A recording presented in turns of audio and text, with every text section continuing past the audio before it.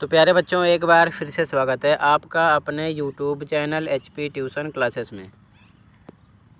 तो बच्चों, CBSE की तरफ से एक लेटेस्ट सर्कुलर इशू किया गया जो कि 29 दिसंबर का है, जिसमें स्कूल के प्रिंसिपल, एग्जामिनर एंड स्टूडेंट के बारे में अपडेट दी गई है।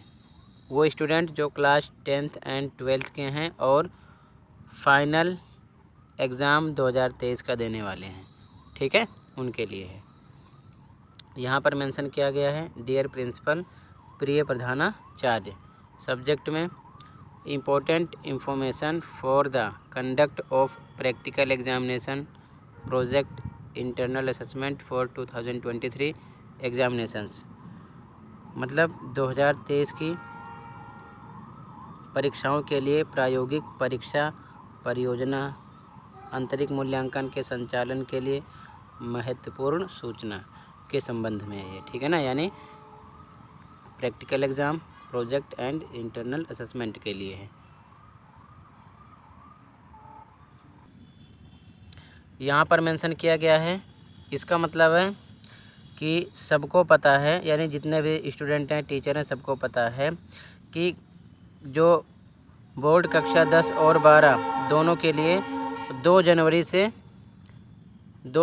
14 फरवरी 2023 तक प्रैक्टिकल परीक्षा, प्रोजेक्ट, आंतरिक मूल्यांकन आयोजित करेगा बोर्ड, ठीक है ना। बोर्ड आयोजित करेगा। आप ये भी जानते होंगे कि भारत में भी और विदेश में भी 26 देशों में बोर्ड से 28,000 से अधिक स्कूल संबद्ध हैं, ठीक है। लगभग इन सभी स्कूलों में project examination, project internal assessment schedule के भीतर ही किया जाएगा एक साथ, ठीक है। आगे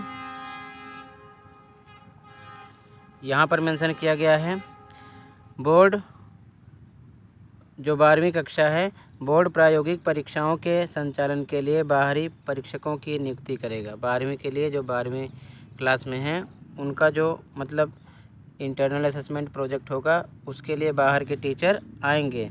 संभावना है कि एक शिक्षक को एक से अधिक विद्यालयों के लिए वाह्य परीक्षक के रूप में नियुक्ति किया गया है।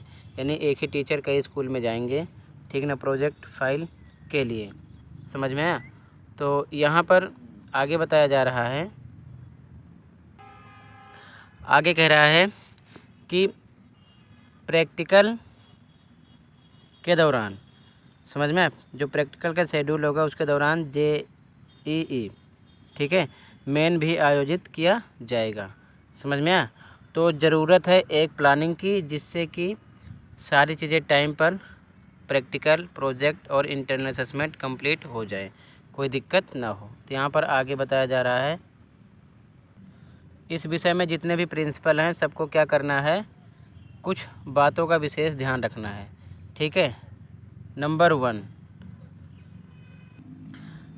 वन जो प्रिंसिपल हैं उनको ध्यान रखना है कि व्यवहारिक परीक्षाओं के संचालन के लिए उनकी प्रयोगशालाओं को तैयार करें। ये प्रिंसिपल की जिम्मेदारी है, ठीक है। नंबर 2, अपने विद्यालय के लिए नियुक्त बाहरी परीक्षक से संपर्क करें और प्रायोगिक परीक्षा आयोजित करने की तिथि यानी तारीख को निश्चित करें।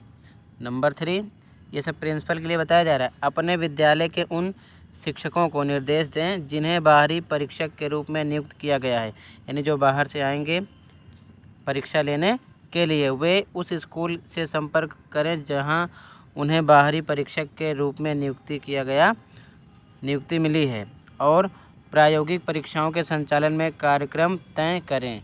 ये भी इनकी जिम्मेदारी है, किसकी? स्कूल प्रिंसिपल की। आगे देखो, नंबर 4, यहाँ पर बताया जा रहा है कि जो बाहरी परीक्षक होंगे जो नियुक्त किए गए हैं, सभी शिक्षकों को अन्य स्कूलों में अपना असाइनमेंट पूरा करने के लिए स्कूल द्वारा सकारात्मक रूप से कार्य मुक्त किया जाना चाहिए, ठीक है।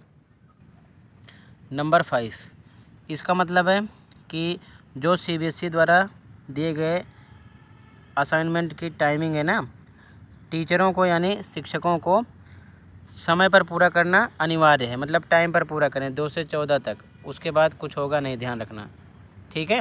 ये चीज़ ध्यान में रखना है। नंबर 6 इसका मतलब प्रायोगिक परीक्षाओं के लिए नियुक्त पर्यवेक्षक यानी शिक्षक से संपर्क किया जाए तथा यह सुनिश्चित किया जाए कि प्रायोगिक परीक्षाओं के आयोजन के दौरान वे भी उपस्थित रहें। ठीक है। नंबर 7 प्रैक्टिकल परीक्षाओं के संचालन के लिए CBSE द्वारा जारी दिशा निर्देशों का कड़ाई से पालन किया जाना चाहिए। ठीक है, ये सब बातें प्रिंसिपल को ध्यान में रखना है। नंबर 8 ये भी सुनिश्चित किया जाए कि सभी छात्र निर्धारित प्रायोगिक परीक्षाओं में शामिल हो, क्योंकि निर्धारित समय के बाद उनके लिए कोई प्रायोगिक परीक्षा दोबारा आयोजित नहीं की जाएगी, ना ही उनको अनुमति दी जाएगी। ये चीज़ ध्यान में रखना है। ठीक है, सबसे इम्पोर्टेंट है ये स्टूडेंट के लिए। ठीक है, आगे